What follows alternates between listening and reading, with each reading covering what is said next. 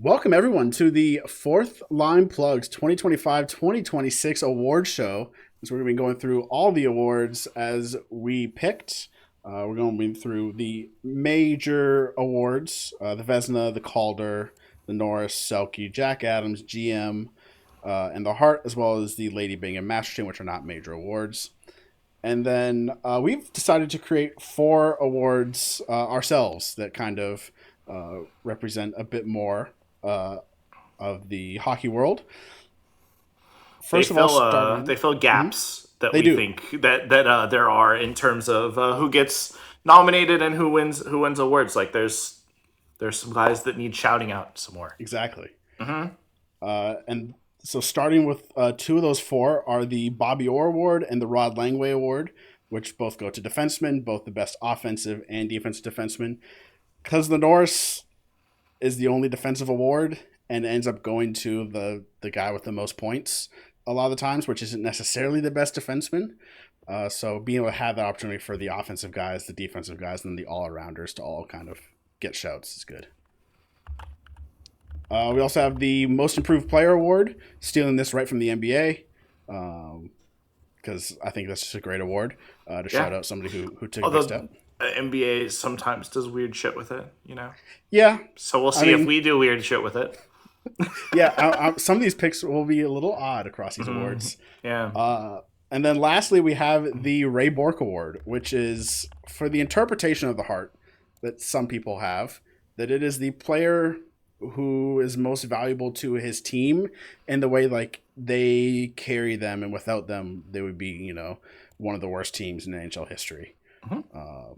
Whereas the Hart goes to the best, in our interpretation, goes to the best overall player, kind of regardless of how good his team is. Because you get that kind of annoying argument. They're like, oh, insert X player on great team. Can he really be a Hart winner because he has all these great players around him, even though he is like clearly one of the best players in the league? Let's start off here with the Vezina Trophy. Jackson, do you want to give us your top five? All right. So from 5 to 1, 5 I have Jeremy Swayman. At 4 I have Scott Wedgwood. 3 I have Andrei Vasilevsky. 2 I have Ilya Sorokin, and number 1 I have Logan Thompson. Interesting. I have the same selection of 5 players. Yeah, I figured you would. 5, I have Scott Wedgwood. 4, I have Ilya Sorokin. 3, I have Andrei Vasilevsky. 2, I have Jeremy Swayman, and number 1, I also have Logan Thompson. Interestingly, this Logan is one of the Thompson, not a awards. finalist. Yeah. As of recording, a few of these have already gotten their finalists nominated, the Vezina being one of them, which was Swayman, Vasi, and Sorokin. So we both picked Thompson as the number 1 goalie in NHL and did not get a finalist nomination. He was nuts this year. Thompson was. He was standing on his head. He led the league in goals saved above expected, which is like just the number 1 number if you want to look at it. But also, like, dude just like carried what was at a lot of times a very hard struggling Capitals team to almost making the playoffs. It was it was very close, but I mean they dealt with a ton of adversity and injuries and players having really bad times and stuff. Like, he was so solid through all of that. It's unbelievable that I mean it's because his team didn't make the playoffs. That's the reason that that he wasn't. Although Sorokin's team also didn't make the playoffs, also fell short at the end, but I think he had more of a case in terms of being high profile, what he was doing throughout the course of the year, which is what got him the nod in terms of the thing. I think Vasi is gonna win it. If I had to guess, what they're gonna do, I don't. Obviously, I think I thought Sorokin out of their nominees, I thought Sorokin was better. You thought Swayman was better, which I think both are reasonable takes. All these goalies were really good this year, but I think Logan Thompson was pretty clearly a step above them, which is why I'm pretty disappointed that he wasn't nominated. Yeah. I think if the season ended like 10 games earlier, Sorokin would have been my clear number 1. He was not the hottest down the stretch because he probably got overworked and had not a ton of help in front of him. The Islanders had a terrible defense this year. Team defense. He was the only defense there. So I agree. That's why I had him second, just because I remember the first 75 games basically where he was an unbelievable monster. So Then also, I guess I'll quickly shout out Igor Shesterkin, Jakub Dobish also had very good years. Shesterkin played in front of an even worse team and also missed time with injury, so you don't get to hit the games played quite. Dobish was also extremely good this year. yeah, And Wedgwood, honestly, if he was a full-time starter like through the whole year and didn't have Blackwood, yeah. wasn't on a team that could just alternate goalies because they can win with either guy, might have found his way higher on this list. My only knock against Wedgwood was that he had significantly fewer games played. That he was like 10 fewer games than any of the other goalies that are here. But in terms of like rate stats and everything like that, he was up there at the top. He was number one in a lot of the per game stats. Yeah, so he had a fantastic year. He did. So moving on to our second award, we have the Calder Trophy. Yeah. I'll go through from my 5 to 1. We have at 5 Alexander Nikishin. At 4 Beckett Seneca. 3 Ivan Demidov. 2 Jakub Dobish, and number 1, to the surprise of absolutely nobody, Matthew Schaefer. Yeah, for sure. I have Justin Sordiff at 5. I have Dobish at 4, Demidov at 3, Seneca at 2, and Schaefer obviously at number 1. He was far and away. I mean, one of the best rookie seasons ever by a defenseman. Much less, not just that he's a teenager playing, in his draft plus 1, but like, including not those, he's had one of the best years ever. One of the best defenseman seasons, one of the best teenager seasons. Just absolutely insane player. Everything that he was supposed to be at 1 overall and more. I think everyone thought that everyone I think knew that he was going to be like very good.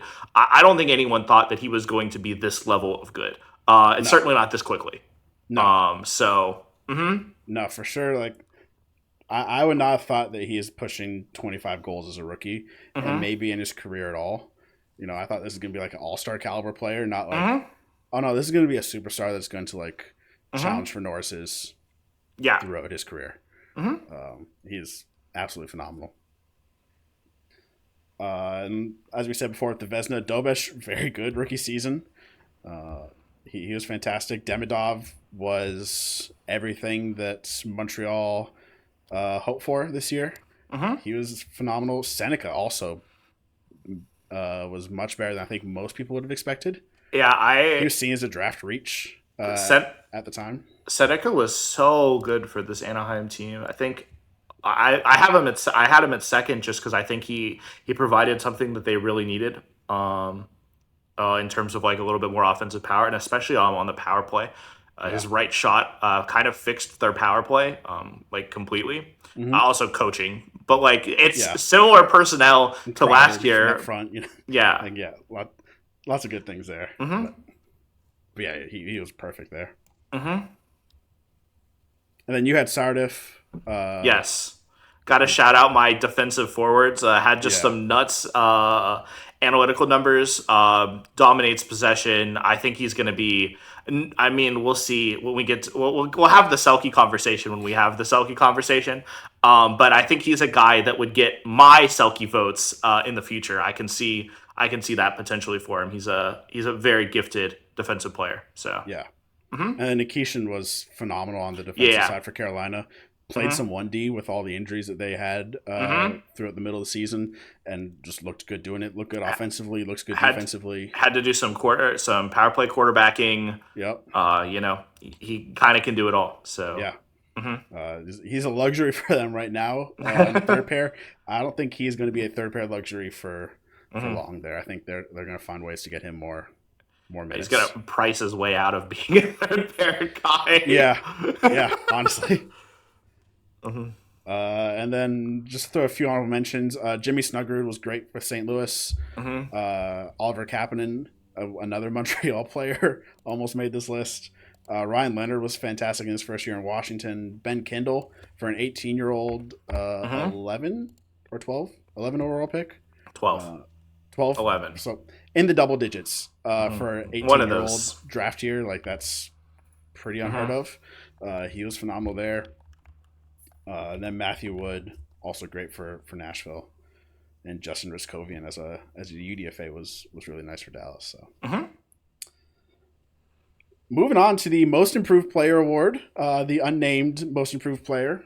Yes. Do you want to start us with your 5 through 1? Sure. Number 5, I have Josh Doan. Number 4, I have Jamie Drysdale. 3, I have Dan Vladar. 2, I have Darren Radish. And number 1, I have Lane Hudson. Interesting. Yeah. Interesting. Very different list than I have. So for me, number 5, I have Cole Caulfield. Number 4, I have Cutter Gauthier. Number 3, I have Dan Vladar. Number 2, I have Macklin Celebrini. And number 1, I have Darren Radish. We both agree that Dan Vladar is the 3rd most improved player in the National Hockey League, but that is about it in terms of those.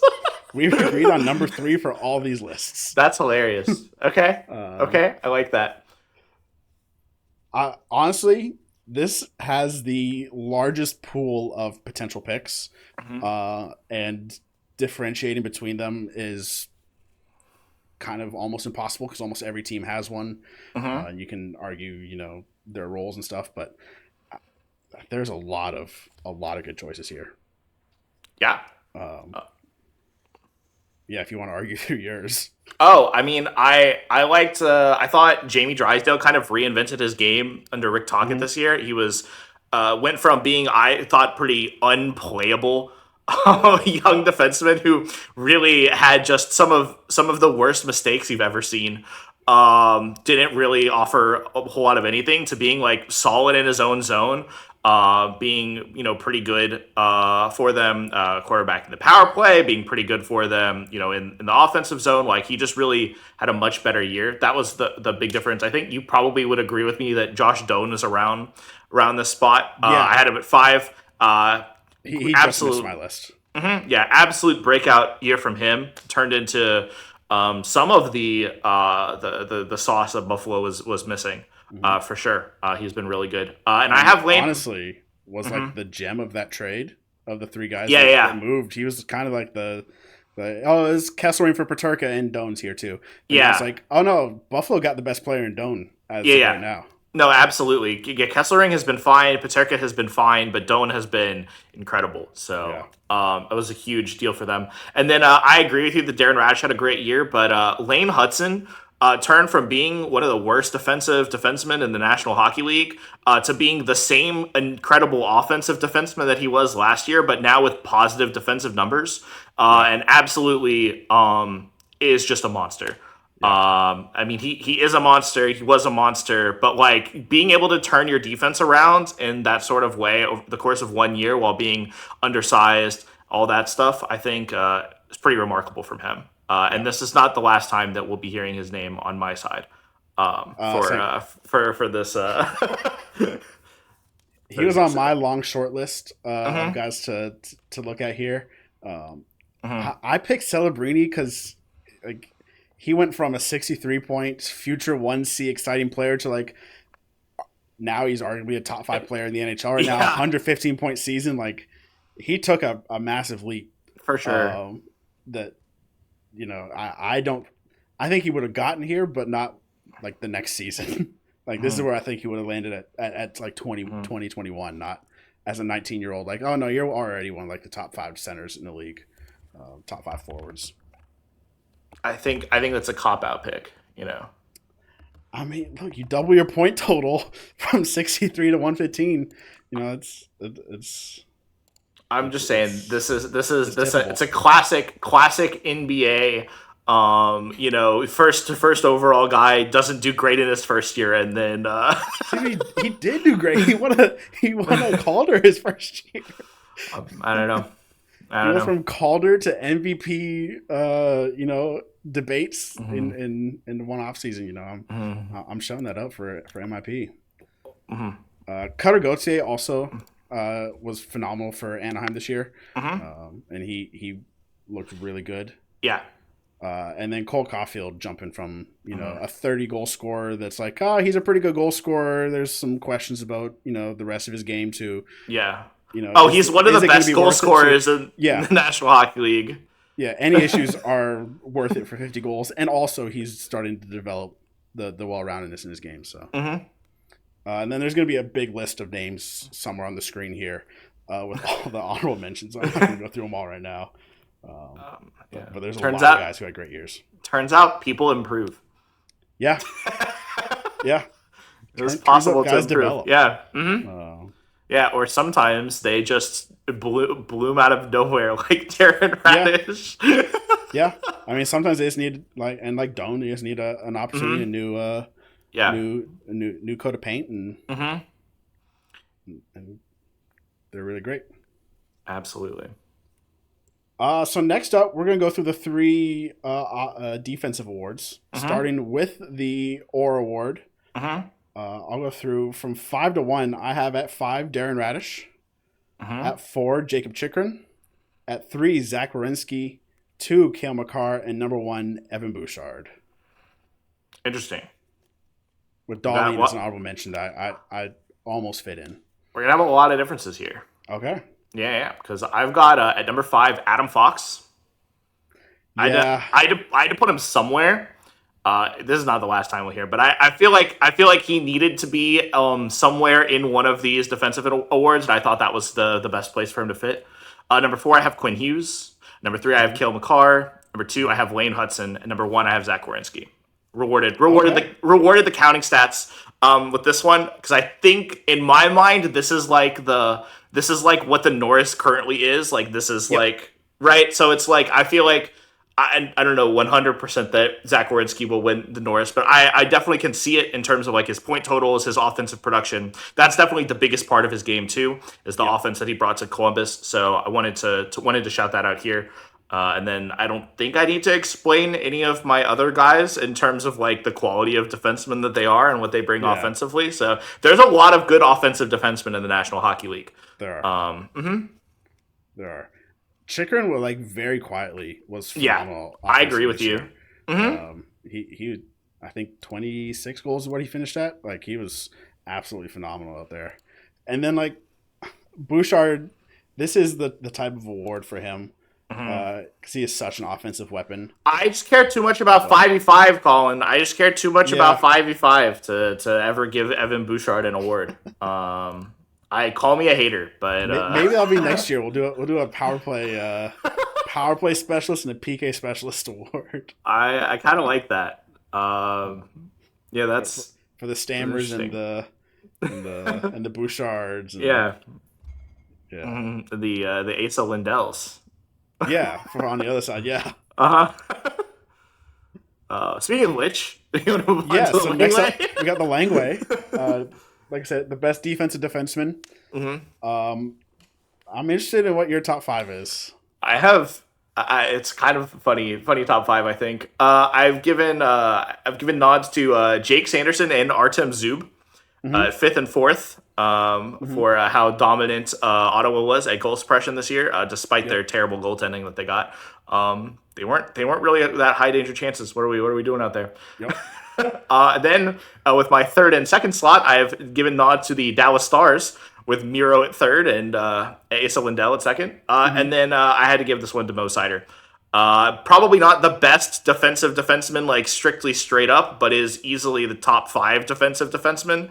And in terms of like what he does for his team and stuff like that, and the year that he had, I think he absolutely deserves this award. So I have a pretty different list from you, interestingly enough.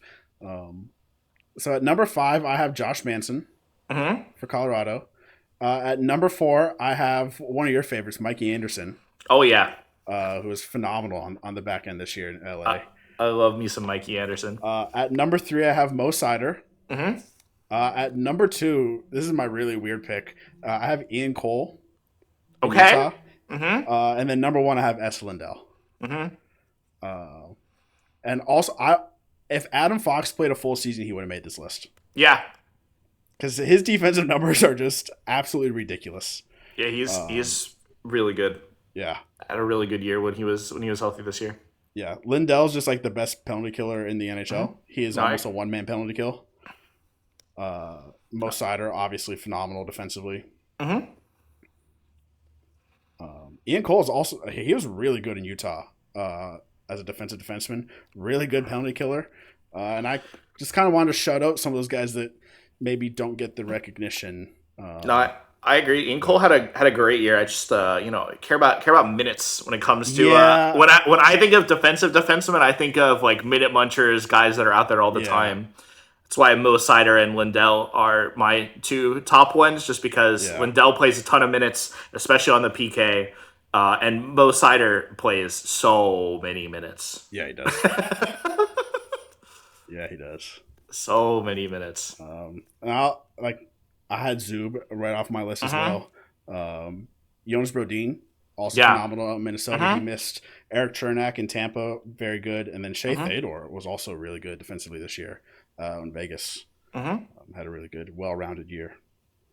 So moving on now to the Norris. So this is the best, considering all factors of the role, not just who got the most points as the current Norris.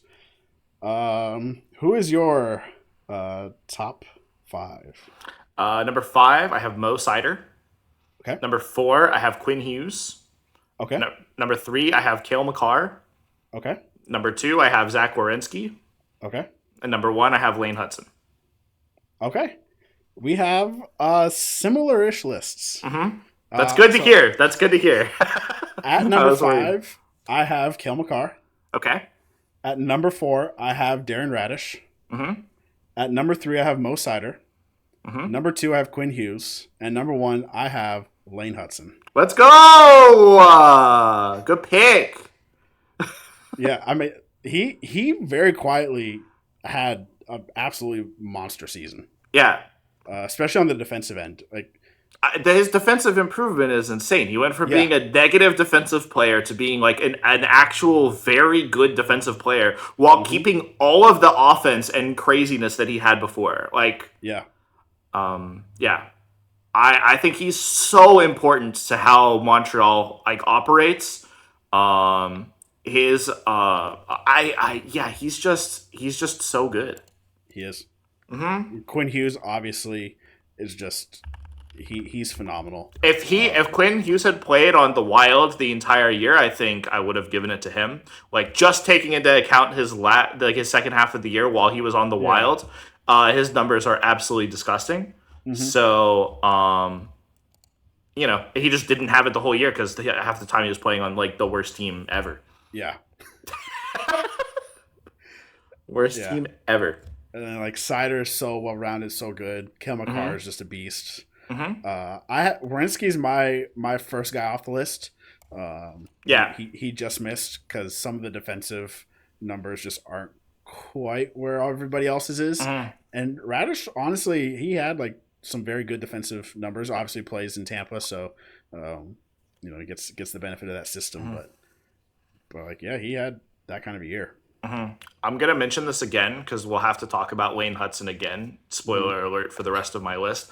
But Lane Hudson had 10.1 relative expected goals for % over the year. That means he had an expected goals for % of 54% while he was on the ice in 5v5. And when he was not on the ice, the Montreal Canadiens had an expected goals for % of 44%. Yeah. That is how important he was to the team. Also, the goals % while he was on the ice, the actual goals for %, 62.6% in 5v5. Just an absolutely dominant year from him in every single way that you can possibly think of. I mean, he is 22 years old and the best defenseman in the National Hockey League. Yeah. Yeah, at least this year he was. This year he was, yeah. We'll see what Quinn has to say about it next year. Speaking of relative expected goals for, Adam Fox was a monster in his 50 whatever games. One of the worst teams in hockey. So again, more games played, he would have made my list. Yep. And then there's a bunch of great defensemen that I can run through real quick. Rasmus Dahlin, phenomenal year. Jacob Chikrin again, phenomenal year. Brock Faber, fantastic. Keandre Miller, really good year in Carolina. Yeah, he's a good fit. He played really well there. Jake Sanderson, Miro Heiskanen, two all-around beasts. Erik Karlsson, Yeah. He had himself quite a year, not quite a Norris year, not quite a Mm-hmm. award winning year, but like just off that list. If Yeah. he played March, like he played in March the whole year, he would have probably won some of these. Mm-hmm. Jackson Lacombe was also phenomenal. Yeah. Charlie McAvoy, and then Matthew Schaefer like deserves a nod, not a Mm-hmm. nomination, a shout out, Oh, recognition for sure. for being For like, sure. Not that far off. yeah, yeah. Not as far off as he should be. He So, will be on considering this his top five age, list at some point. we'll be talking about him Soon. next year. Yeah, we'll see about next year. Maybe he has a Celebrini year where he launches from Calder to awards, but Uh-huh. we'll see. I don't know. Lane Hudson did it. That's true. I Lane Hudson mean, did it didn't even win the. That's true. Uh-huh. Next up, we have the Selke, the Defensive Forward Award, to go Mhm. with all these defensemen here. I'm very interested to see how we did this. Yeah. Because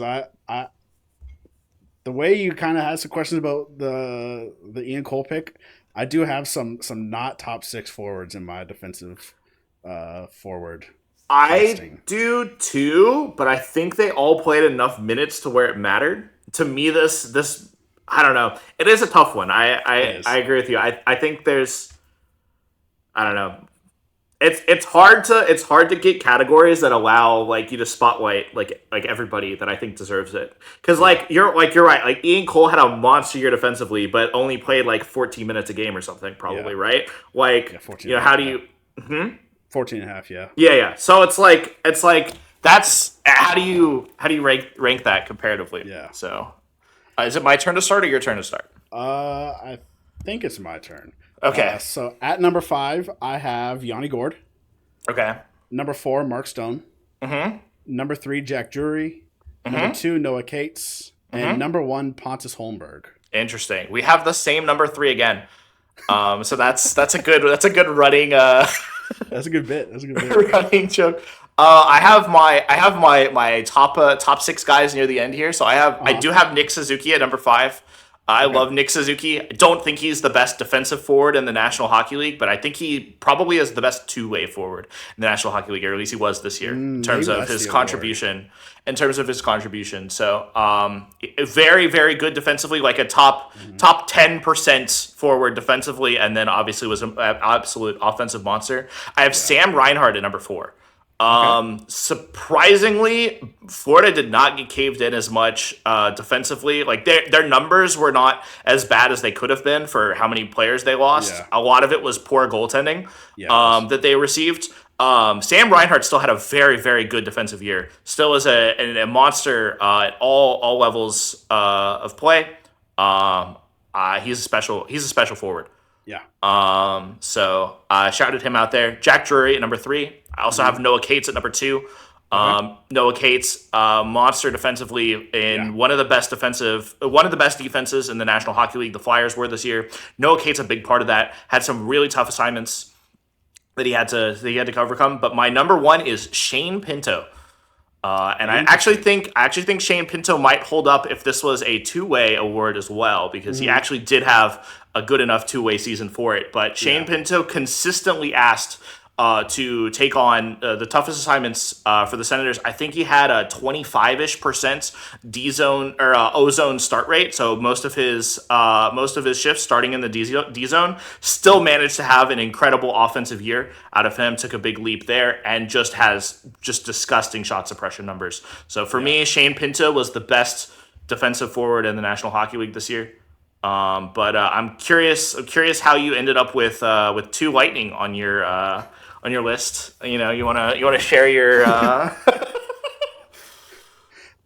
Well, Pontus Holmberg led the NHL in, I guess, the opposite of led in high danger chances against for like a relative sample size of season, and also had I don't remember offhand the number, and I don't have the tab open for defensive zone start times. Also was their top penalty killing forward.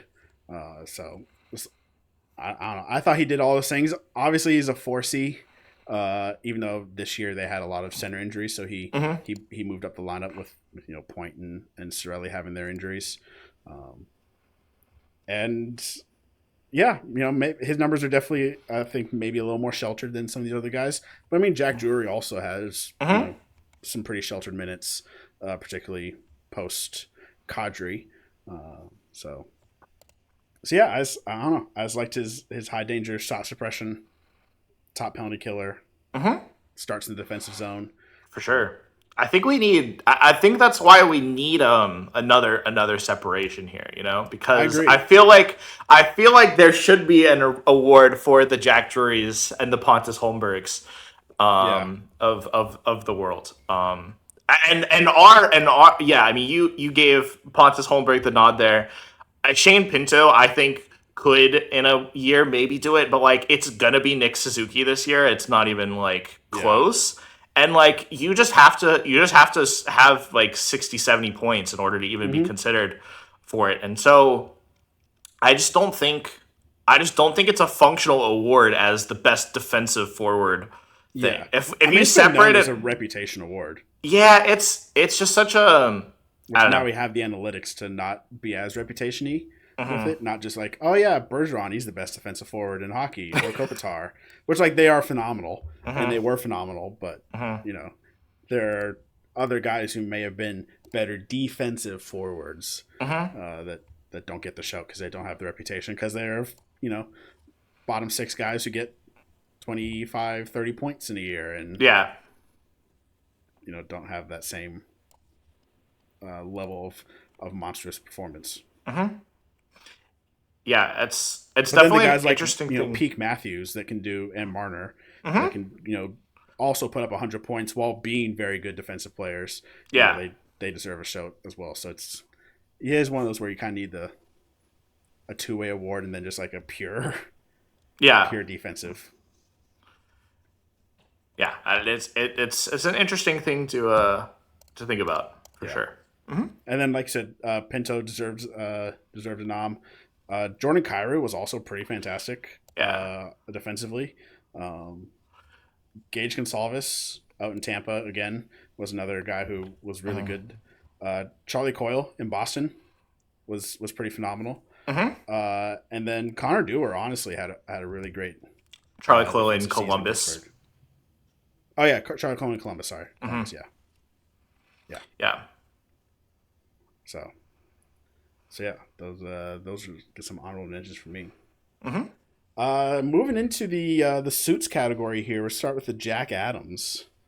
Another one that's already been announced. Hmm. The nominees, which align pretty well with my list. I don't know about yours. At 5 for me, I have Jared Bednar. Hmm. 4, Rod Brindamore. 3, Lindy Ruff. 2, John Cooper, and 1, Mr. Dan Muse. Wow. We have the same five. Okay.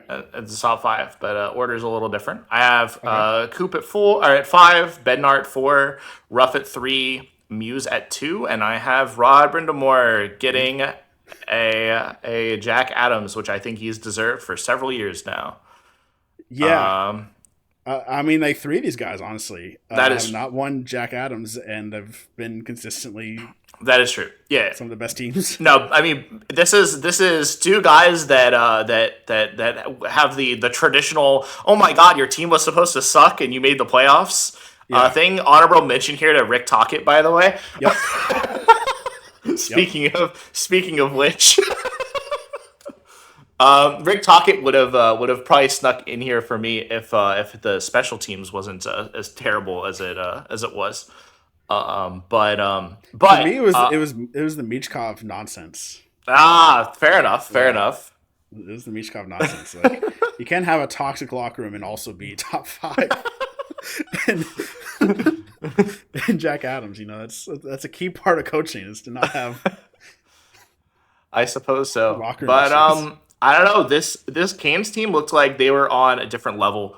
Yeah. And I do think that they are a less talented team to me than both the Avalanche and the Lightning in terms of both the top end talent and some of the depth of talent that they've got.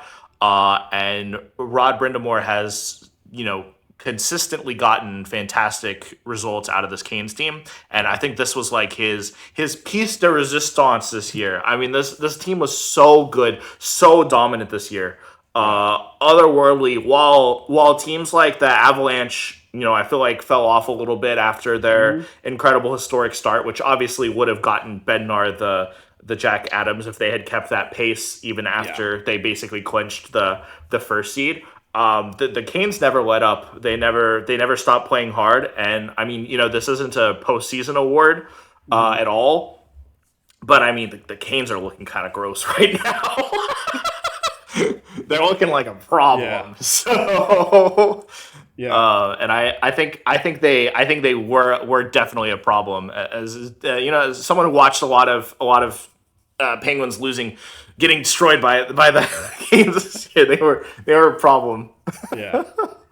So like the playoff argument is interesting because if you look at a lot of the matchups with them, there's not like, oh, they have this player that's going to push them over the edge. But like it's hard to pick against the Canes because they just don't lose 4 games in 7 games. Yeah. Like they just never did that. Every other team is like, oh, Dallas, they went on their little slide. Minnesota, they went on a slide. Edmonton was a slide. Colorado did. Yeah. Tampa, Montreal, they all had rough patches. And Carolina's like, yeah, no, we don't lose 4 games in 7 games. That's just, they don't do that. Yeah. Yeah, and I mean, who's the best player on the Carolina Hurricanes? Like, is it Seb Aho? Is it Aho, Jarvis, or Slavin? But probably not Slavin, right? Because he missed a bunch of time this year too. Yeah, and he's which they didn't even give a shit. They didn't even care about that. By the way, remember all the defensive injuries that they had towards the beginning of the year, and they were still like, "Nah, we'll just win." Yeah. Shane Gostisbehere was averaging like a point per game and then missed like a huge stretch of time. He was averaging a point per game because of the injuries that gave him all these additional things. Then he missed a huge stretch of time, and they were like, nah, this is fine too. Let's just throw Nikishin up there, and he's just going to do whatever the hell he wants to do, Oh, Keandre Miller had a great year, but he also missed a bunch of time, with it. Like, every single, key member of their blue line missed, a decent chunk of time this year, and they just didn't give up goals in that thing. Also, I mean, the handling of Brandon Bussi, who had a really, really good, strong year as a goalie. Not like a fantastic year to where we're talking about him in any of the previous awards, but I don't know. There's a lot of really good things happening in Carolina this year, and I think they consistently over the last couple of years, but especially this year, outperformed the level of talents that they have on that team. Yeah. Yeah, and they're analytically consistently one of the best teams. They have arguably the best system in the NHL. They master shot suppression. You could argue that maybe they could be a little choosier with their shot selection in their system, but I mean, this team is just, they have a phenomenal system. And honestly, that it extends not to quite the same level, but I mean, Cooper and Bednar in this category as well. Yeah, their teams weren't just getting results; they were analytically destroying. Their teams are dominant, and it's because their systems are good. I just think, for my money, the talents that they have to work with is the talent level is a lot higher. The high end is a lot higher. Yeah, I did recognize Tampa did have a good share of injuries. Obviously, they were supposed to be half of Team Canada, and they only sent Brandon Hagel. So they had their Point was out for a while, and Surly was out for a while. Victor Hedman didn't play for a bunch of the year. But also, I'd argue that all of those players are better than the best player on the Hurricanes. I mean, yes, yeah. How many forwards? How many forwards on the Lightning are better than Seth Jarvis or Seb Aho? It's 3 or 4. And I don't really buy that Ruff is the top 3 coach in the NHL. No. But you kind of have to give it to him. You have to give it to him for the turnaround, but no, I mean we'll get to that with. I don't think he's gonna win or be in my top 5 for the next couple of years, as a staple, like a Brenda Moore or a Cooper or a Bednar. Yeah, I don't think so.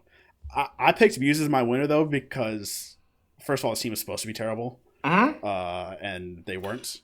And He then has also they had so many everything. breakout players. Yeah, he has everything I think that you would traditionally give this award for. Like, he had all of it going. He's a first year coach, so Yep. you can immediately see the impact of going from Sully to him.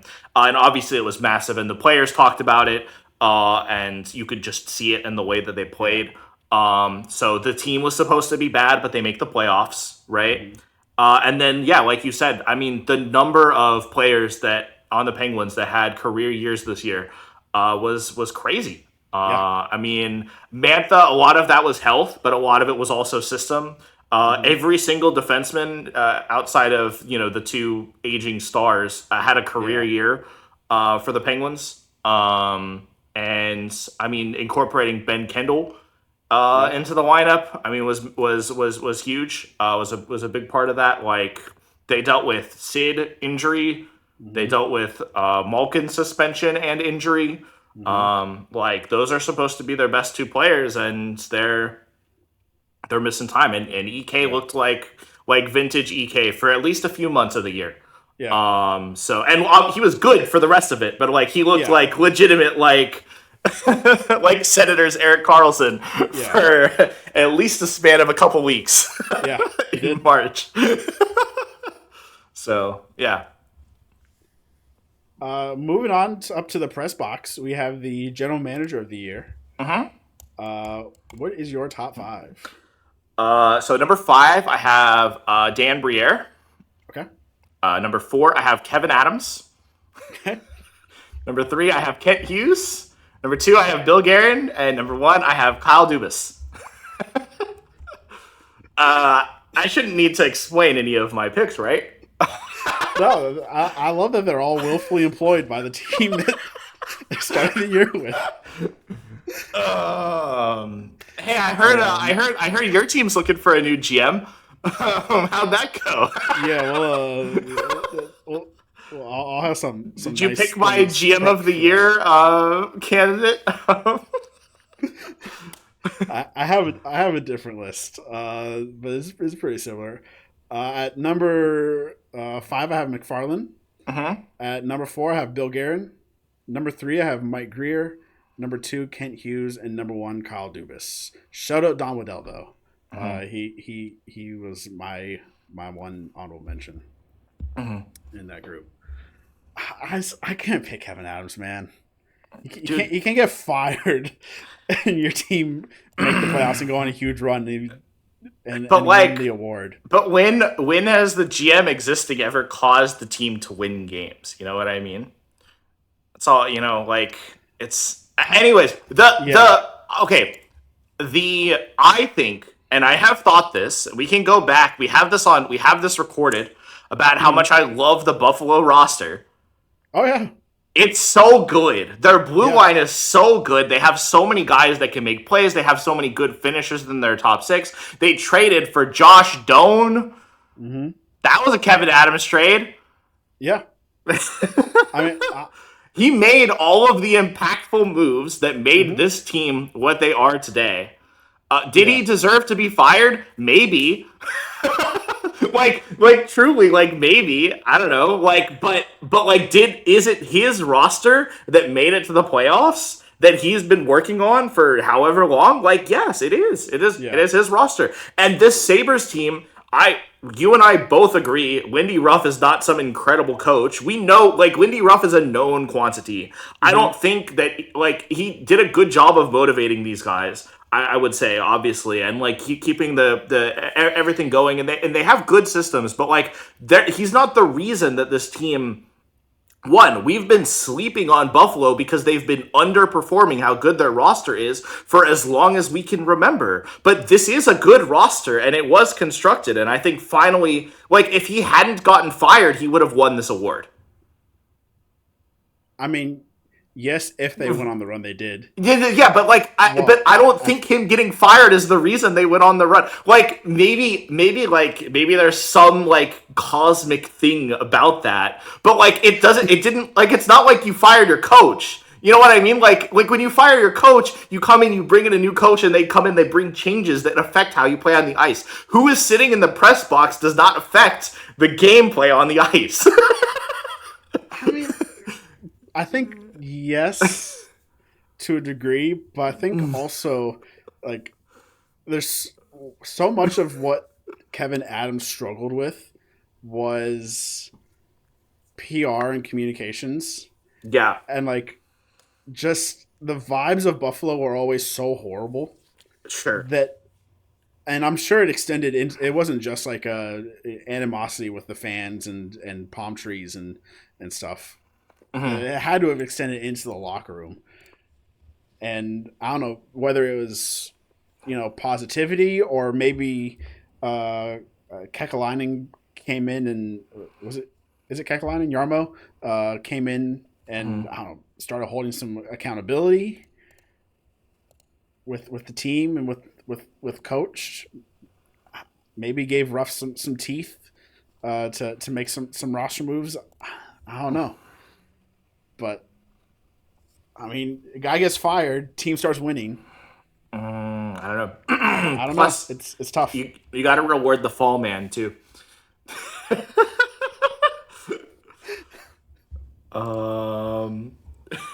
Yeah.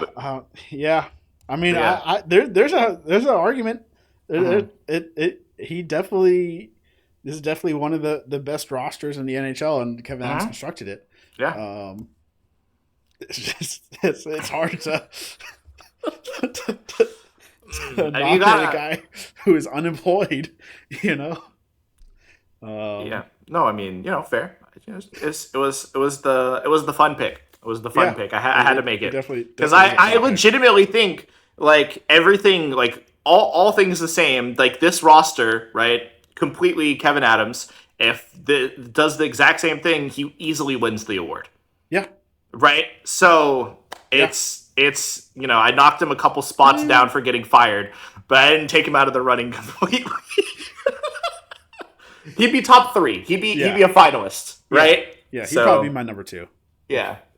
Yeah, because we haven't talked about it yet, but Kyle Dubas had maybe the best year. I mean, he had the best year of any GM. Both of us agree. Yeah. He went out and made a bunch of swings in free agency. And we talked about how Dan Muse got career years out of a lot of these guys, but it was guys that Dubas scouted and brought in. The pro scouting for the Penguins was insane this year.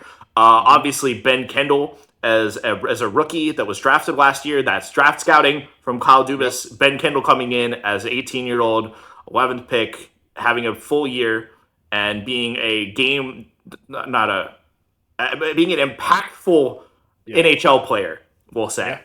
Being an impactful NHL player that was legitimately one of the 10 best forwards on the Penguins this year. So yeah, I mean, Dubas had a great year there in terms of the roster construction. Made a bunch of really good moves somehow while doing all like the Chinikov trade was fantastic. He got off the Jari contract. We won't talk about who would win worst GM of the year. Maybe that's next. It's Stan Bowman. Easy, Stan Bowman. Yeah. So got off the Jari contract for a second, got a second, and then got another second for flipping Brett Kulak, who also came along with the Jari trade for Sam Girard, who was a positive player for the Penguins. So the pick management, the asset management was fantastic. Yeah, so Soderblom looks like he's going to be a good part of the Penguins' bottom 6 for a while. So honestly, kind of a Kyle Dubas masterclass here. I think a lot of the reason the Penguins had their success this year was on him. It was on. It's hard to separate the coach from the GM. Yeah. Because especially with the. Oh, also we can give Kyle Dubas credit for hiring Dan Muse, something that probably not a lot of the other teams would have. Everyone was questioning the hire when it first happened. I was like, who the fuck is this guy? Like, everyone was like, huh? Like, okay, I guess we're tanking. This isn't Pete DeBoer. Right? Like, we hired a developmental head coach. What's going on? Yeah. So, yeah, Great year from Dubas. I put Guerin up there at 2 because the Quinn Hughes trade was the most impactful trade that was Yeah. made across the entire year. So I'm gonna shout that out. Yep. And good. I mean, the Wild are well constructed roster for what they've had. But Quinn Hughes, it's Oh Quinn yeah. Hughes. It's It Quinn is. Hughes. You took the biggest swing, Yeah, he took the biggest swing, and then you hit a so- homer with it. So Oh, absolutely. I mean, it was a Well, guaranteed I homer. guess- It's Quinn Hughes, but yeah. I guess it also depends on if he resigns and if they win a cup in the next 2 years. If they don't, and yeah. But you get on then top of that side. then But we for this get year. yeah for this year. We get there when we get there next year. Yeah. We'll see how Bill Guerin's still looking, but. Kent Hughes, who I think you had second, I had third, Yep. right? Is that correct? Fantastic job with this Canadians team. There's such a well. We each had 2 guys in the Calder, and I had 1 in the runner-up. Like, that GM has to Yeah, get credit for that. Mhm. And then they Yeah. had a Calder guy last year. yeah. runner-up, And or 2 my years ago. most improved player this year was Lane Hudson, and Yeah. both of us picked him for the Norris.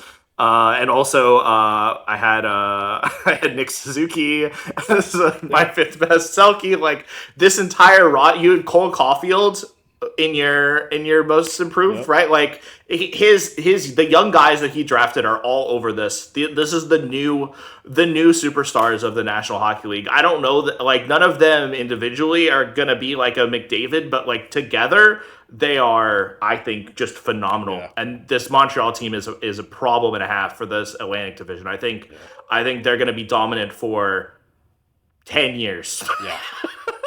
Like Also, all of them are on great contracts somehow. yeah. Like Florida level contracts. Like, it's, Yep. Yeah, crazy. and they're all And they're they all brought in like Dobson. We didn't even talk Yeah. about trading for Noah Dobson. that's this time. true. That's true. That was a huge deal. So yeah, I don't know. Kent Hughes. What a year. Yeah. And then Mike Greer had the baby version of it. Yeah. They had a bunch of rookies come in and have good years.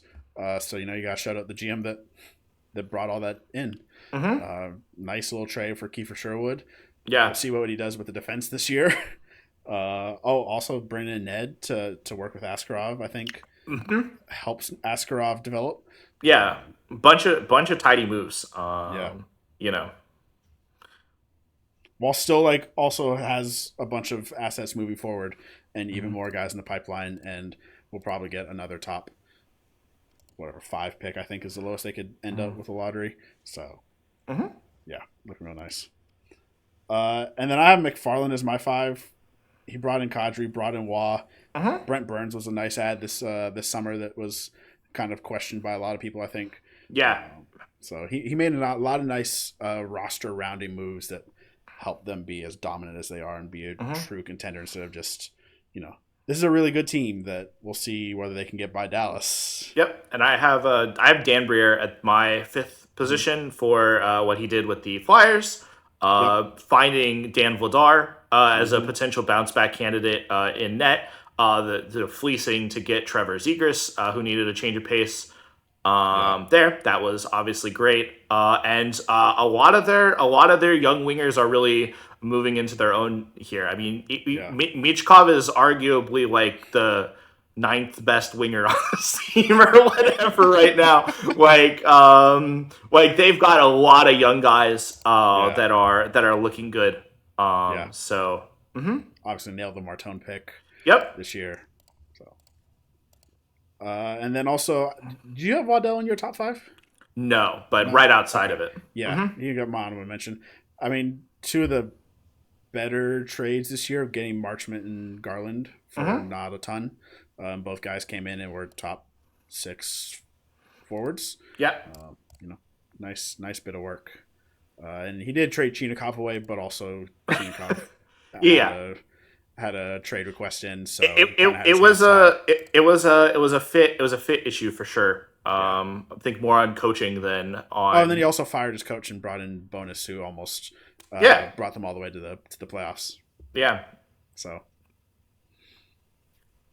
yeah, tidy bit of work there for sure. We'll go over I'll real quickly run through the Lady Byng and the Masterton. the Lady Byng has already been announced between Kopitar, Caulfield, and Sanderson, which probably is going to be Kopitar for Legacy Award type of thing. None of them were my 5, so I have at 5 Isaac Lunderstrom, 4 Riley Smith, 3 Jacob Slavin, 2 Oli Mata, and 1 Liam Ogren. These guys are all on the bottom of penalty minutes. Liam Ogren had 2 penalty minutes in 61 games this year. So for sportsmanship, that's good for me. Jacob Slavin, he's like honestly been one of my favorites for the Lady Byng. For being a defensive defenseman, he had 6 penalty minutes, which is really high for him this year. He's, I think it was 2 years ago, had 0 penalty minutes as a defensive defenseman who has one of the best defensive sticks, who breaks up plays with his stick and doesn't take penalties doing that, like not even accidental trippings and hookings and slashings. Really impressive. But yeah, this is just a list of the lowest penalty minute takers in the league who played a relevant amount of games. I like it. My team's best defensive defenseman had 55 penalty minutes this year. So there you go. Now, some would say they don't want their guys to win Lady Bings, particularly like Florida, mold players. But yeah, there's that award. And then we have the Masterton, which is a pure media award. It is for I don't remember the exact wording, but it's like an enduring hardship and dedication to the sport of hockey. Yes, perseverance, sportsmanship, and dedication to hockey. Yeah. So the 5 that were, the 3 that have already been nominated are Rasmus Dahlin, Gabe Landeskog, and Jonathan Toews. My top 5 is Dahlin at 5, Ingram at 4, Landeskog 3, Toews 2, and Olmark 1. I will justify him real quick. Dahlin, his fiance, I believe. Yeah. Had heart surgery, right? Yeah. Heart surgery, and he had to miss time, and go away and deal with that mid-season. And also that was, I think, while Buffalo was not doing super hot. If I recall, it was during the rougher part of the year for them. Ingram has dealt with the drug and alcohol abuse program in the NHL for the past few years and has missed a lot of time and end up being the starter by the end of the year in Edmonton. Yeah. So shout out for battling through that. Plus, he had to deal with the Edmonton media being a goalie in Edmonton, so that's an additional hardship, I would say. Absolutely. Gabe Landeskog, he spoiled it a little bit in the last playoffs by playing a couple playoff games last year, but he hadn't played in like 3 years, and was seen as like, oh, this guy probably isn't going to play again. Yeah, and was a good middle 6 forward this year. Yeah, came back and was extremely impactful. Yeah. Jonathan Toews was also LTIR retired from Chicago, and hadn't played in years. Went overseas and got into like some alternative medicine stuff, and lost a bunch of weight and came back. And look, he wasn't phenomenal in Winnipeg, but he was a playable forward after not playing NHL hockey for like 4 years and basically being seen as retired. So, that's noteworthy. And then Linus Olmark was my pick just because of the whole media like shitstorm that he went through, where like suddenly his entire personal life got flipped upside down, and his girlfriend told other team girlfriends and wives that other players were cheating, and he ended up stepping away and going through mental health stuff, and then came out and openly talked about it in an interview. All this during the season. Also during the worst season of his career. Right, while he was struggling, and then I think pulled it together a lot towards the end of the year and finished out strong. So really impressive from him. Yeah. So those are my picks. Also, I guess honorable mention Anthony Mantha for sticking with it after all the injuries and kind of being cast off by some not very good Flames teams. He's also talked about his struggles with mental health and how he's gone through therapy and stuff like that. He's been open about those kind of things. So definitely definitely a cool story from him to finally see the fruit of the hard work that he has clearly put in. So Yeah. And then Brandon Bussey, being a 27-year-old rookie, was kind of always seen as like a number 3 goalie, and now as a starter in Carolina. Well, I guess as of the playoffs, no longer a starter, but was a starter for the whole season in Carolina, and got his shot and stuck with it. Where I think other guys would have given up by 27 on the dream. And then Matt Murray played 3 games this year in Seattle. Still kicking even with after all the injuries, all the surgeries. Crazy. He's, maybe he needs some mental health help because he can't get away from his addiction of hockey. But but yeah, he's still kicking. Yeah. So going on to the final 2 awards here, we have the Bourque and the Hart, the 2 MVP-esque awards. For the Bourque, who do you have in your top 5? My top 5. Number 5, I have Jordan Kyrou. Number Okay. 4, I have Connor McDavid. Number Okay. 3, I have Adam Fox. Number 2, I have Macklin Celebrini. And number 1, I have Zach Werenski. Okay. We have some similar names. So for me at number 5, I have Mark Scheifele. At number 4, Ilya Sorokin. At number 3, Connor McDavid. Number 2, Zach Werenski. And number 1 is Macklin Celebrini for me.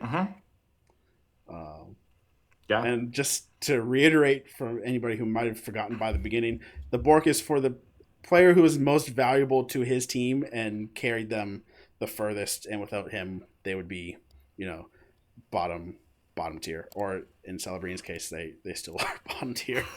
But they would be like the worst team of all time. And in Kyrou's case too. Yeah, in Kyrou's case, yeah. And Scheifele's not too far from that. So yeah, I mean, I guess I'll start. Celebrini, I think the Will Smith had 50-something points for second on the team. I think 50, 51, 53, something in there for second place on the team. And Celebrini had 115. So just absolutely carrying all the offense. This would have been one of the worst offensive performances. 59 points. Yeah, and their defense wasn't good either. So. No, their goaltending wasn't phenomenal. So yeah, I mean he's the only reason this team flirted with the playoff spot until like the final 2 weeks of the season. I mean also because the Pacific sucks. But I mean it was the Celebrini show that got them anywhere close to that. And similar with Werenski. Werenski was almost the leader in goals on the team. Yeah, as a defenseman, that's just absolutely nuts. Yeah. Yeah, He had I mean, 22. Marchenko had 27. you can just tell with the Blue Jackets, like all of their offense runs through Werenski. That's just who gets stuff done. Yep. Also led his team in points. He had 81. Marchenko was second with 67. So Yep. As a defenseman, again. Yeah. Yeah. Pretty Absolutely wild. carrying. Pretty wild to be able to do that. Yeah. And McDavid again absolutely carried his team. Yeah, it's Connor McDavid. McDavid. Draisaitl being missing time towards the end through the last 15ish games. But yeah, McDavid has stupid numbers. Nobody else on the team really did, other than Draisaitl did a whole lot.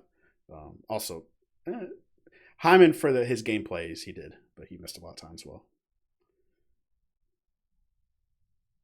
And then I have Sorokin and Scheifele. Scheifele was like the lone. His line was the lone good thing. In Winnipeg this year. Scheifele's a good shout for sure. I think that was the only positive for them. He had a great year. Yeah. Quietly 100-point year. Yeah. I have Adam Fox who would have won the award if he had more games, but I still had to give him a shout for being the only good thing on the Rangers. And then Jordan Skater. Well, no. Yeah, Shesterkin was great and lit. And then Jordan Kyrou, who I shouted out Lane Hutson's disgusting relative expected goals for percent before of like 10. Jordan Kyrou 12.5. While he was on the ice, 59%.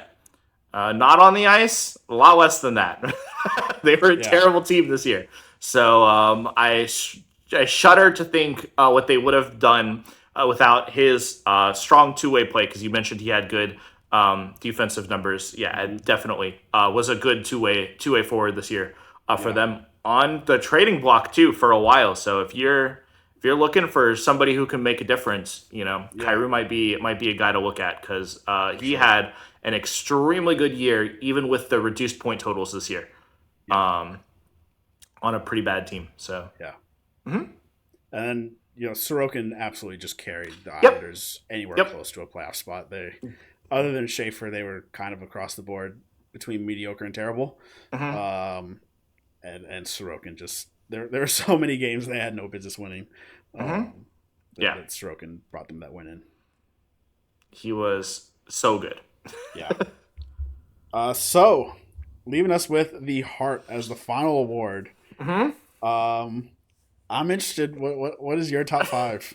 You've heard all these names before. Yeah. Yep.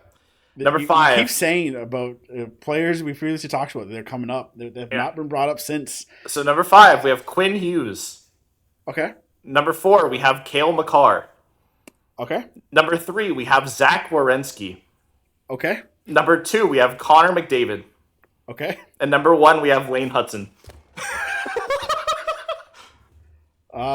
Well, we have some very different lists. You think so? Yeah. At number 5, I have Quinn Hughes. Hey! Yeah. Yeah. At number 4, I have Macklin Celebrini. At number 3, I have Nathan McKinnon. At number 2, I have Nikita Kucherov. And at number 1, I do have Connor McDavid. As my league MVP. You spoiled it for our visual watchers who've been looking at this McDavid jersey in the back. I was wondering about that. I don't know. I just think these are like the 5 most dominant players on the ice on pretty much any given night. For me. I agree. For mine. Yeah. Yeah. That's what I think. I don't know. I feel like we're gonna have the fundamental. We talked about this a little bit the other day, but I legitimately think defenseman is the most important position in the National Hockey League. I think being a 1D on your team is more impactful than being any kind of scoring forward. I think the guys that I've listed here, and then also Connor McDavid, who I think is a special breed of forward who is just changes the game with his speed and his vision and his shooting. He's just the best player in hockey. But I think you get more minutes, you get more important stuff, you get more 5v5 opportunities. Even when these guys aren't the ones that are getting goals or assists, they're the ones that are making things happen. Whether that's with like breakouts and zone entries, or if it's with cycling and wearing down the defense. They play the most minutes. They do everything. 5v5 hockey, I think, is dominated by 2 things. It's rush chances, and if you're actually set up, I think it's defensemen that are the ones that are doing all the heavy lifting from the blue line. And so if I were to pick who I think the best players in hockey were this year, that were the most valuable, that were generating the most difference between offense and defense for their teams, to me, it's 4 defensemen and Connor McDavid. It's my 4 top Norris picks and Connor McDavid. So, yeah. Yeah, I don't know.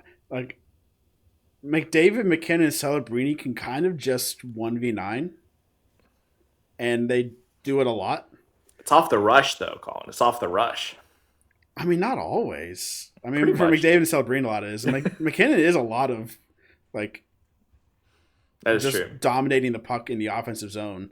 Yeah. Has some of that Crosby, Patrick Kane, like, you just can't take the puck off of him. And, like, whether you try to hit him or poke check him, he'll just shrug it off. I just think you see Makar do the same thing, and the way that it opens up the ice when he does it, when he makes a guy miss at the blue line, like, it just, like, that's money. I agree. So, yeah, that's what I think. I think this was like mine were kind of like protest votes here. Because you need to make the Hart forwards only. I think because in my opinion, again, I think defensemen are more important, and so I'm just gonna pick any defenseman. Like I would put Cooch and McKinnon up in this upper echelon of players as well. They're right outside of this. But I think the best defensemen are more impactful than the best forwards on average. So, I think my forward list would look pretty similar to yours though.